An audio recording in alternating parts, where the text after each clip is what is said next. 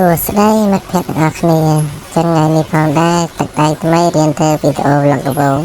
ចឹងថ្ងៃនេះសូមណែនាំអារម្មណ៍បងប្អូនទាំងអស់គ្នាមកទស្សនានៅ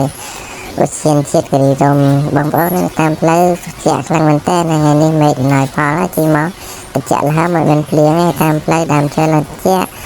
សំឡេងសត្វយំអីគឺធ្វើអារម្មណ៍យើងfreshតែម្ដងណាបងប្អូនចាប់ជិះអាប្អូននៅបងអើយtục lên cho bạn chặt đấy xong lại cô xong không lại nó dương mà đò cô đại về dương ấy thì dương lại chặt tham màu bắt thằng này thì ca tái là sao thằng này nắng tì xìa viêm nổi phó là nhìn bông được chặt nó hâm như xua non ca này dương bắt tấn nó bông bồn dùng con đại dương trong tầng hai đòi dùng tích nắng phiền mà là mồm xong này cho đại dương trong tầng hai hay không cho người ta cho em mà thầm thời tiết ra thằng người ta rồiបងប្អូនគ្រួសារស្ដាប់ជាពិសេសហ្នឹងមួយហៀងចង់ស្ដាប់ទឹកដៃរបស់ប៉ាប៉ាមិនថាប៉ាប៉ាលេងហ្គីតាព្រោះលើមួយហៀងឯងកូនចូលគេហ្មងទៅលេងហ្គីតាក៏លេងលីដែរព្រៀងខ្លាំងកូនចូលគេនេះមិនមកអីចាំស្អែកចាំប៉ាលេងឲ្យចឹងឥឡូវយើងមានតែដាក់មកយូរហើយកំឡោះ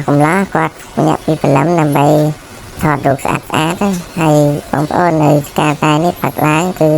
កាប់ចុះមកខ្លាំងមែនតើមើលគ្នាឃើញឡើងត្រជាក់លហឹមចឹងវីដេអូដំបូងរបស់យើងមានតែប៉ុណ្្នឹងឯងសង្ឃឹមថាបងប្អូនអរគ្នាសប្បាយចិត្តបាយបាយ